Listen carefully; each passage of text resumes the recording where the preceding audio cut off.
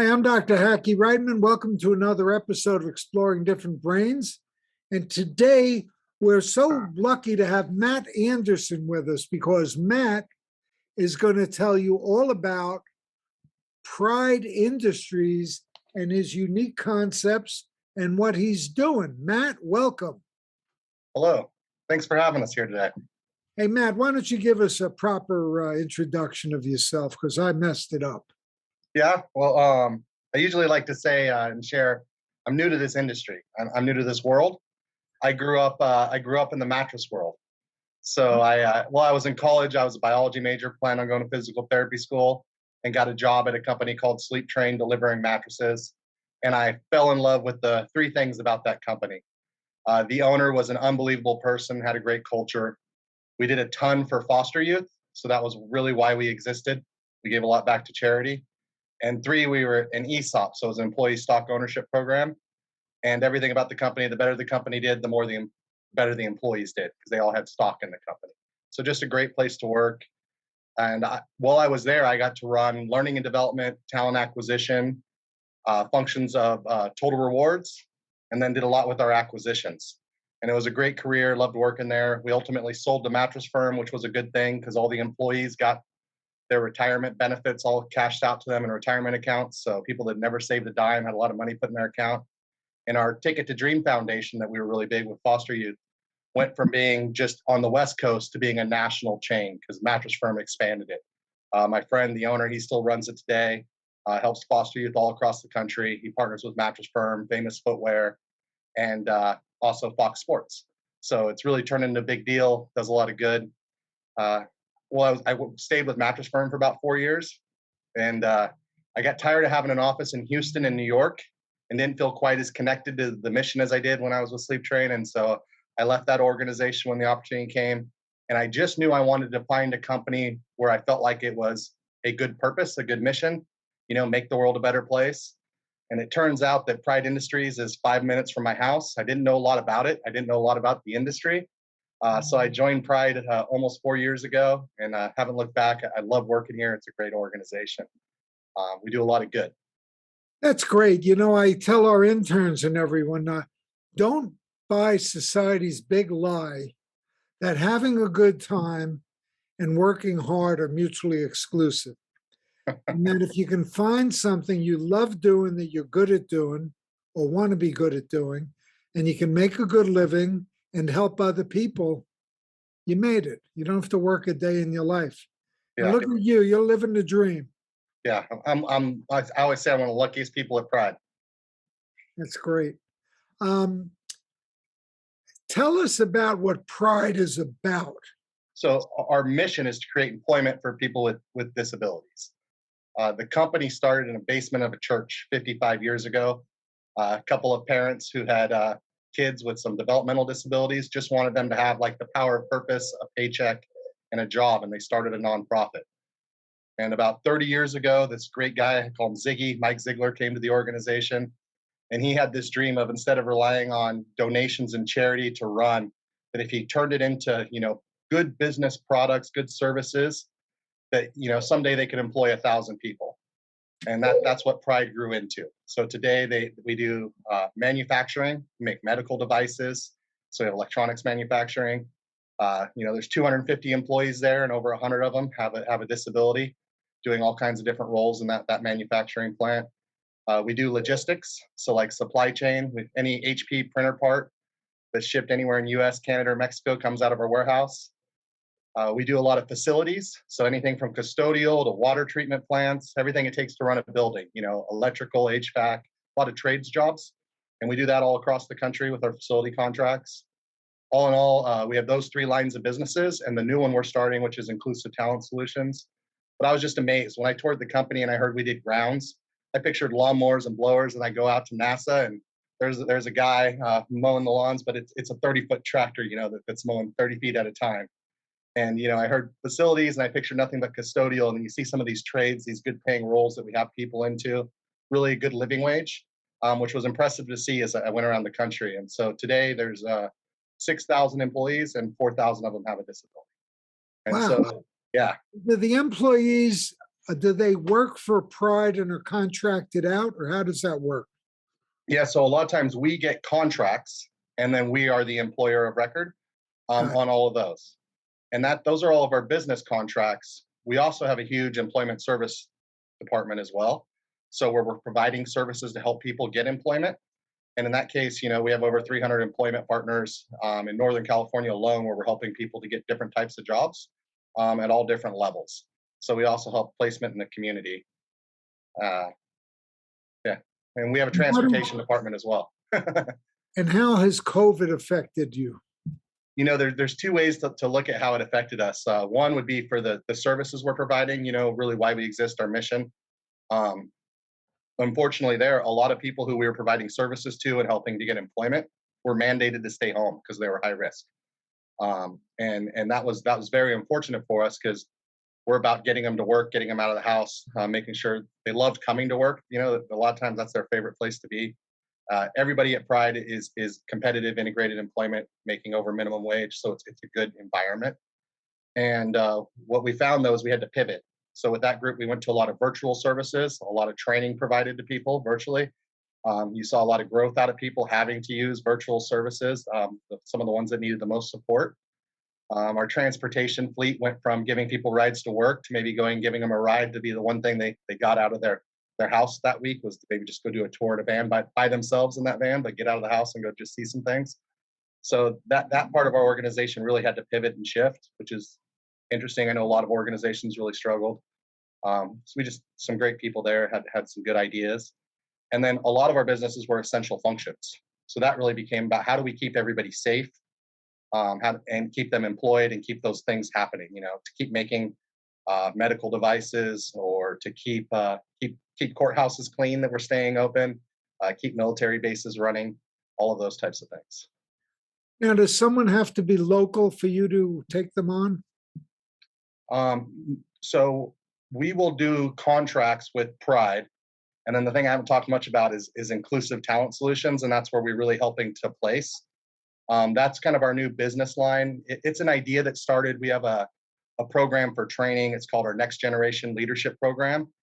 And it's like an 18-month track for people with, it's really like a diversity and disability initiative within Pride, to help people move up into director and executive levels. And a group had the project that they did over 18 months was to help other companies hire more people with disabilities. And that's where the idea of inclusive talent solutions came from. That if we can run a 60% ratio, that any company out there can run 10%.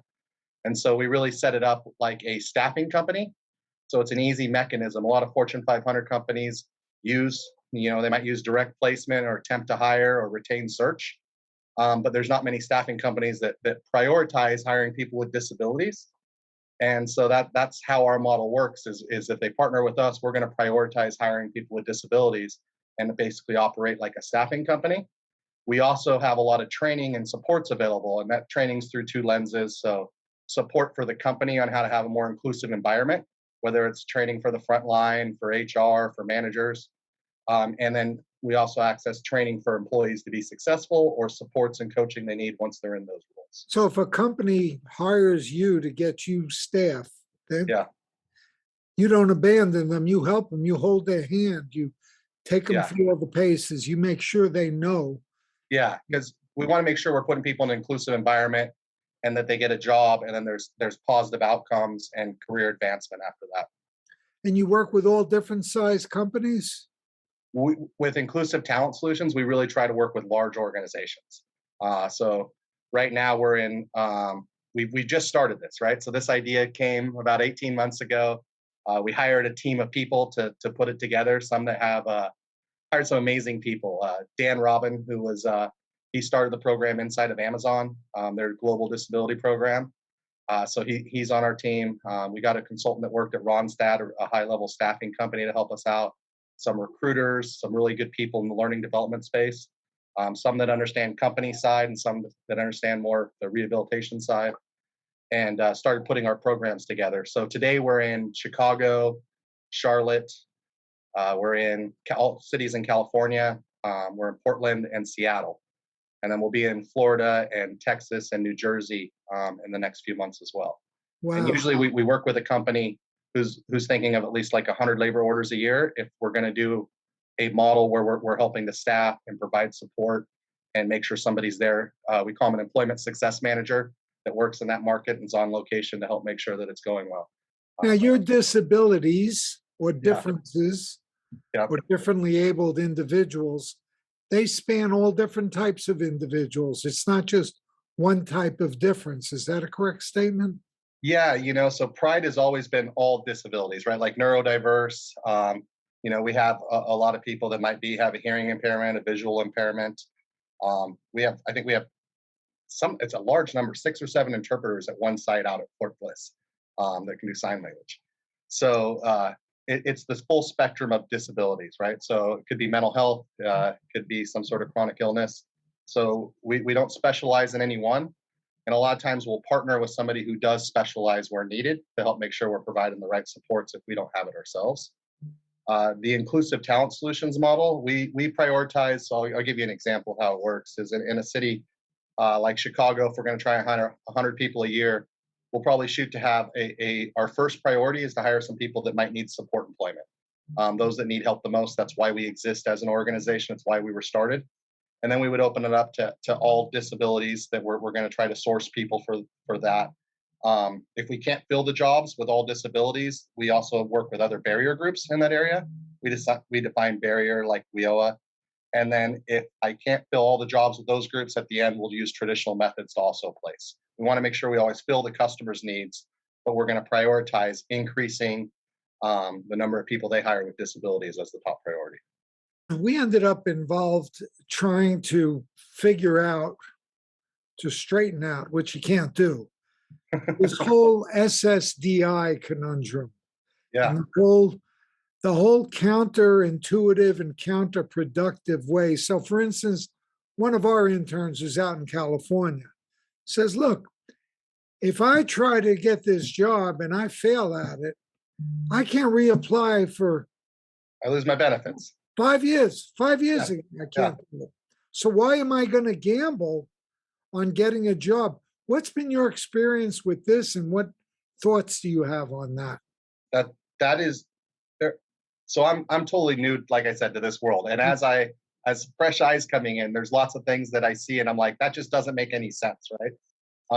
And a lot of it might be the way things have always been done within the industry or why some policies exist today. But my answer there is, there's the Ticket to Work program, which we try to see if somebody wants to enroll in, which extends it a little bit further. That's one option or thing that's out there. We do some benefit planning. So we have benefit planners that can help to make sure that people are making a good decision on what that really means. You need to go through a lot of training to be one of those benefit planners. It's not something you could just, I couldn't learn it in just a couple hours, right? That it's a very complicated process. So we have some people that specialize in that. And then that's on the supports you could give. The other side is, well, then can I get an employer that would split a job between 2 or 3 people so that they have a couple part-time people instead of one full-time person? So there's 2 angles to look at how we might approach that. All right. We were having some talks with some of your fellow Californians out there Yeah. at Orange County who were Okay. trying to make some policy differences. Oh, that's And great. I got a buddy of ours who's been a great proponent for all of us who are disabled with the AADMD, and now he's at the President's Council, National Council on Disability, Rick Rader. Okay. And now he's with the White House. He was appointed by Trump and kept by Biden, so he's not a political guy. And he's absolutely brilliant. And we're trying to think outside the box a little bit. But like some of these laws, they make no sense. Yeah, you're exactly. Why are you going to punish somebody for trying to get a job? I mean, Yeah. so that's now. So if one of our interns who are neurodivergent Yep. want to contact Pride to have you help them get a job, is that appropriate, or how does that work? Totally could. Yeah, they could contact us through. We have an I Am Able hotline. They could email me directly, and then we also could reach out through our website. Great. And we're always looking to find more talent that we can help place in jobs. That's great. Yeah. I was once on a panel where I was kind of taken to task a little bit by the global leader for SAP, the world's largest software company, who has a big program for autistic individuals. At the time, this is a couple of years ago, Jose Velasquez, I think it was, and he said, Hackey, let me correct you on that. I said, please do. He said, this is not a social welfare program. This is good for the bottom line of our company. When we get an autistic individual who can sit there and focus and work on those computers for 10 hours at a clip, it improves our bottom line. They're dedicated, loyal, and so forth. Do you have companies that single out asking you Pride for a specific differently abled individual? You mean by the actual type of disability, or just that they're asking for a person with a disability for a specific job? No, they're asking you by the type of disability. Yeah, I think that might happen sometimes, right? But we try not to say that this person with this disability is good at this job, Yeah, right? Like, so we really want to say, hey, if what job does this person want to do, and what job can they do, and if there's a gap, do we need to get them some training to get to that job? gotcha. And then like I think I mentioned, I worked at Sleep Train. I wasn't going to college to go deliver beds and sell beds at some point, right? Like, but it was a great culture. And so how do we bring in finding a good culture or a good atmosphere as part of that conversation too, where they're going? But you touched on something, and I always say that sometimes for an individual, sometimes it's their superpower or their cool ability is to do a job for a longer period of time. So sometimes we'll say it might take somebody a little longer to get up their time to proficiency, might take a little longer, but once they're there, they can maintain it for a longer period of time. That was something that was kind of proved out with Amazon, is that we might have had a little bit longer learning curve for an individual. And then once they were there, they had better retention, better attendance, had the same productivity as everybody else, but even higher quality and safety scores. So it Yeah, is. the performance that they're keeping statistics on that I'm aware of anyway has been very impressive, Yeah. quite superior to the neurotypicals. And we're just getting started, but we're really hoping that we're tracking everything. We invested a lot in business intelligence, and so as we're building out these customers, it's how can we continue to make those business cases, so that, because we don't want to ever be seen as this is something you're doing as it's business excellence with a social impact.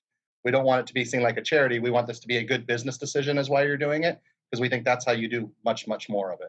There's so many business. I'm sure you're aware of all the different business benefits. I mean, today, like, ESG's become a big thing where companies get rated on environmental social governance. Banks actually will give companies a higher valuation or better loan rates in some cases if they have higher ESG scores. And it's just a way to like supersize the S in ESG. I was not aware of that. What does ESG stand for? So it's environmental social governance. A lot of big organizations have an environmental social governance policy. They'll have a web page. They'll be part of their web page. They'll post what they're doing there. If you were to go to different financial institutions, they all have different ways of measuring it. So it's not a standard here in the U.S. today. It is actually a standard over in Europe on how they might rate a company.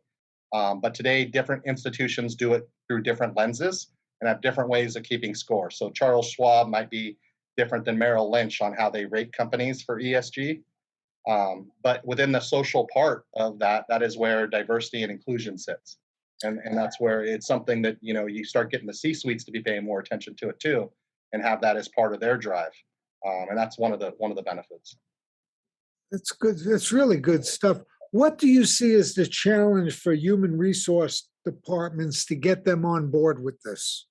Like when you go to a big company and Yeah. you got to deal with their human resources. Yeah. It's, I'll just some of the things that we're having learning lessons as we work with human resources. We're saying, hey, here's training on being more inclusive and hiring neurodiverse individuals, understanding, here's inclusion 101 for hiring people that might have a barrier to employment. And sometimes there'll be a big company and they'll say, hey, I already have great training on this, and we do it. And then we share what the actual things that we're going to talk about are. And they're like, well, they might have a little bit of diversity training and a little bit of inclusion training, but not getting down into, the tactical way to be really good at it. So opening up those eyes to training. There's some biases there around people thinking of what it's going to take or what it's going to cost for accommodations, and do they today have a good accommodation process to be able to give somebody what might enable them to be very successful? And a lot of times they're very low cost things. A lot of times those things can be covered. Out here in California, they have regional centers, and I think in some places, out here in California, it's Department of Rehab. In other states, it's vocational rehab. But there, a lot of times, somebody who is receiving supports will have access to some of the accommodations they might need, and they will cover it as well. It's not always a business expense. Nice, nice.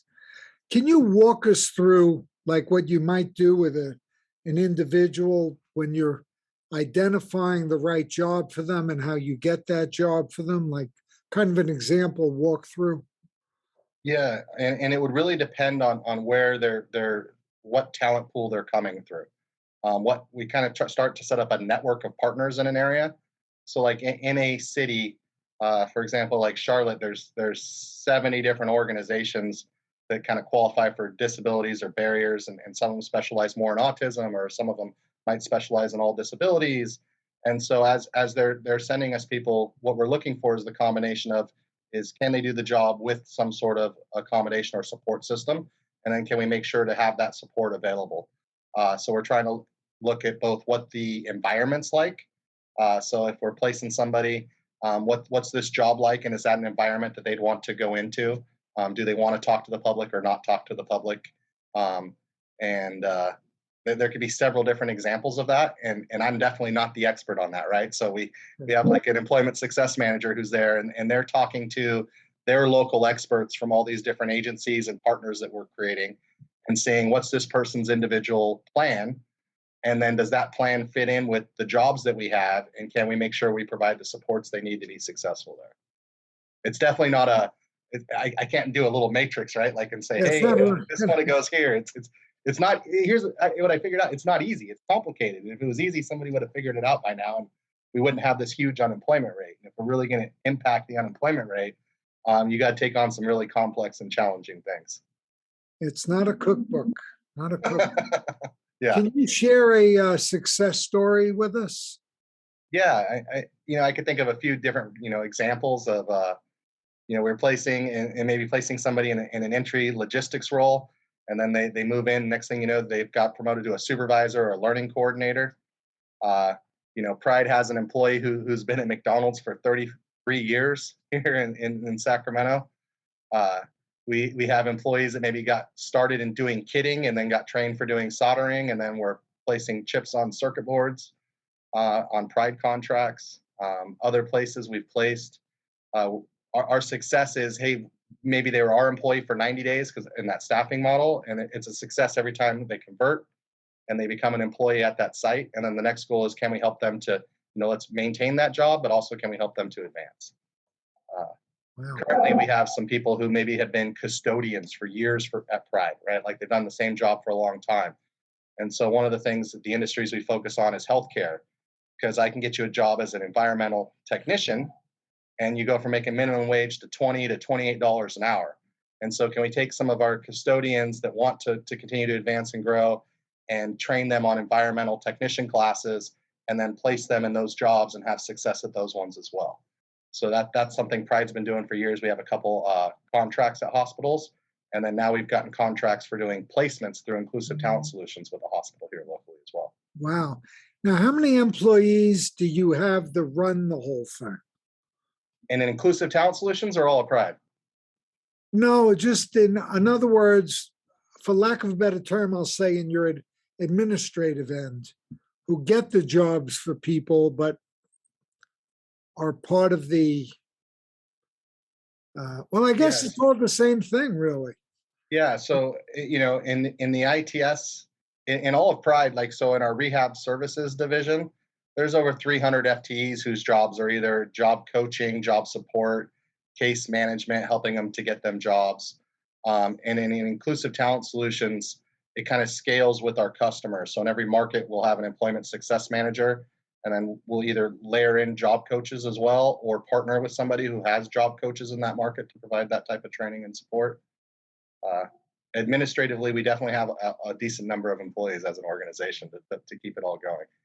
And if you add everything together, all the people you placed, all the contract, all the people who work at Pride, what kind of number is that? So historically, like we have 6,000 employees, 4,000 with a disability. We place around another 1,000 a year into the community. Our goal is to get to 100,000 a year. And so that's with ITS or Inclusive Talent Solutions. Our goal is to get to do 100,000 people a year in the next 5 years. How does our audience learn more about you and your work? Yeah, so our website is a great place to go to, right? Pride Industries. Uh, I'm Matt Anderson. That's matt.anderson at prideindustries.com. Is there anything we haven't discussed that you would like to discuss? Well, one, I want to thank you for the work that you do on bringing just some attention to neurodiversity, to helping to bring more awareness out there to the world. This is a great job that you're doing and running this podcast. There's not enough knowledge out there. I was ignorant to it before I got to Pride, and I think there's a lot of people out there that don't look at things through the right lenses and know what's possible. So I appreciate all the work that you do. Well, thank you. That's very kind of you. Um, what is one thing that you think that people and the public and the employers don't get, might not get about Pride Industries? God, that's a good question. You know, just like me, when I wasn't aware it's a very complex organization, and so I was talking about all the different things that Pride Industries can do, right? So the fact that we can partner with Fortune 500 companies to help them be more successful. We could work through procurement departments to help be a part of their supply chain in some way. Um, it's a very complex organization that does a lot of good as a big nonprofit. So it's I always share. I'm like one of the luckiest people there, right? Like what I get to do is share what Pride's been doing for years, right? It's like the magic of Pride with other organizations and other companies. And have you ever watched Transformers? A long time ago, yeah. Okay, so in Transformers, there's this little box called an Allspark, right? And you touch this little box to a car, and it turns a car into a Transformer. And they touch that to multiple cars, and those cars turn into Transformers, and they go out and they save the world, right? And so I get to sit here and talk about Pride and how great it is, but I want to touch Pride to a lot of big organizations to help really go out there and reduce the unemployment rate for people with disabilities, and Gotcha. especially the ones who need the most support, right? Like that's why we exist, and that's where we started. Oh, that's terrific stuff. The amazing thing at Pride is as I've went around, I met people is it's full of great people that somehow when you do this type of work, you're surrounded by people that are all there for the mission, doing the right thing. Zig had this saying, no money, no mission, but the mission is always first, and that's one of the greatest things about Pride is I go around. There's people that have been doing this for 10, 20, and 30 years throughout the whole organization, and taking their knowledge and figuring out how to package that and share that, which it's in a very complex world with other organizations, is just such a great challenge and great opportunity at the same time. Right. Matt, are you and Pride doing anything special for National Disability Employment Awareness Month? We have a whole bunch of things going on for that. Um, we're gonna offer some trainings up for people, for some employers to go through. Our Inclusivity 101 class. We have quite a few different things with this I Am Able hotline that we've launched is something that's new. So we're going to start communicating and sharing more of that as well.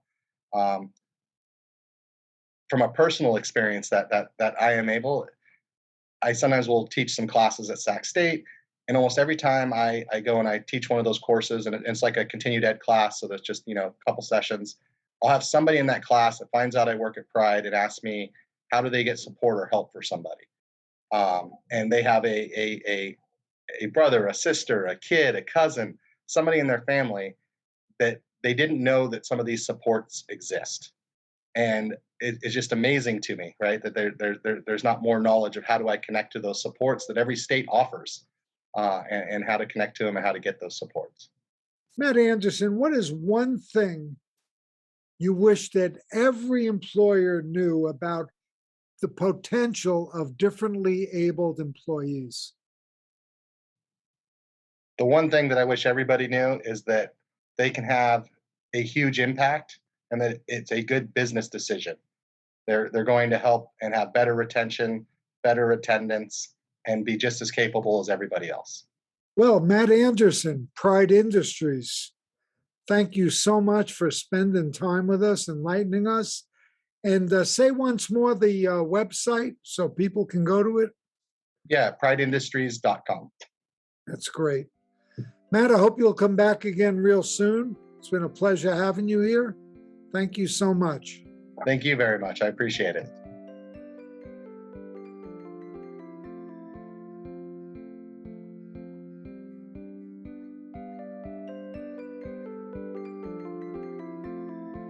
Exploring Different Brains is a production of Different Brains. Visit us at differentbrains.org.